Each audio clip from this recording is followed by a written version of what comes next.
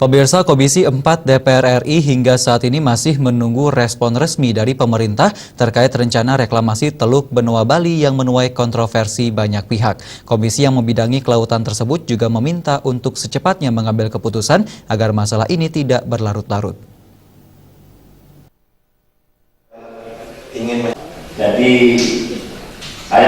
Wakil Ketua Komisi 4 Herman Hoiron menyatakan bahwa pihaknya menyerahkan sepenuhnya kebijakan reklamasi kawasan Teluk Benoa kepada pemerintah pusat.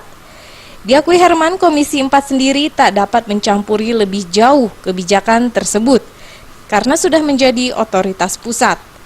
Dia mengatakan saat ini pemerintah tengah mengkaji lebih dalam lagi terkait jadi atau tidaknya revisi Peraturan Presiden Nomor 51 Tahun 2014 tentang perubahan atas Perpres Nomor 45 Tahun 2011 tentang rencana tata ruang kawasan perkotaan Sarbagita.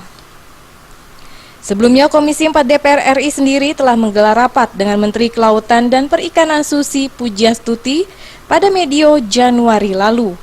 Dari hasil rapat tersebut, Dewan meminta Menteri Susi untuk menghentikan sementara proyek reklamasi. Pasalnya, kementerian tersebut telah memberikan izin lokasi reklamasi, namun belum mengantongi izin lingkungan dari Kementerian Lingkungan Hidup dan Kehutanan. Ya, kami sudah serahkan kepada pemerintah.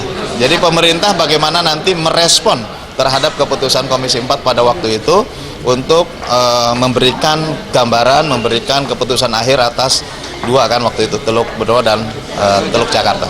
Jadi kami menunggu respon pemerintah. Sebelumnya, pihak DPD yang berasal dari Bali bulat akan mendesak Presiden Jokowi mencabut Perpres Nomor 51 Tahun 2014. Hal tersebut disampaikan saat sidang paripurna DPR pekan lalu. Dari Jakarta, Muhammad Ibrahim dan Muhammad Adam melaporkan.